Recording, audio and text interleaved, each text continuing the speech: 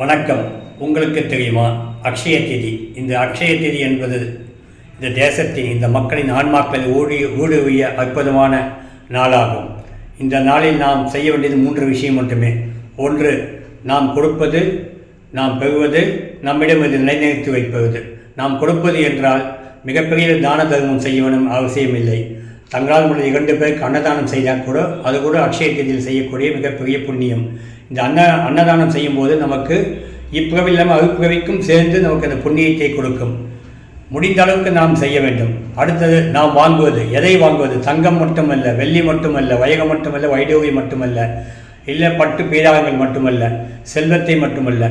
நாம் சிறிய அளவில் நம்மால் முடிந்த அளவுக்கு எது முடியுமோ அதை நம் பொருட்களை வாங்கி வீட்டில் சேர்த்து கொள்ளலாம். சாதாரண அரிசி கூட வாங்கலாம். தானியங்களும் வாங்கி வைக்கலாம். நம்மால் முடிந்தவற்றை வாங்கி சிறிதளவு சேர்த்து கொள்ளலாம். மேலும் நம்மிடம் உள்ள சொத்துக்களையோ, நம்மளுடைய தங்கத்தையோ, நம்மிடம் உள்ள பொருட்களையோ தக்க வைத்துக் கொள்வது. இந்த 3ம் தான் அக்ஷய திதியினுடைய அற்புதமான விஷயமாகும். இதை நாம் அனைவரும் பின்பற்றி நம்மால் முடிந்தவர்களுக்கு செய்வோம், முடியாதவர்களுக்கு உதவி செய்வோம். நாமும் அதிக அளவில் உழைப்பை கொடுத்து வெற்றியை ஈட்டுவோம். நன்றி, வணக்கம்.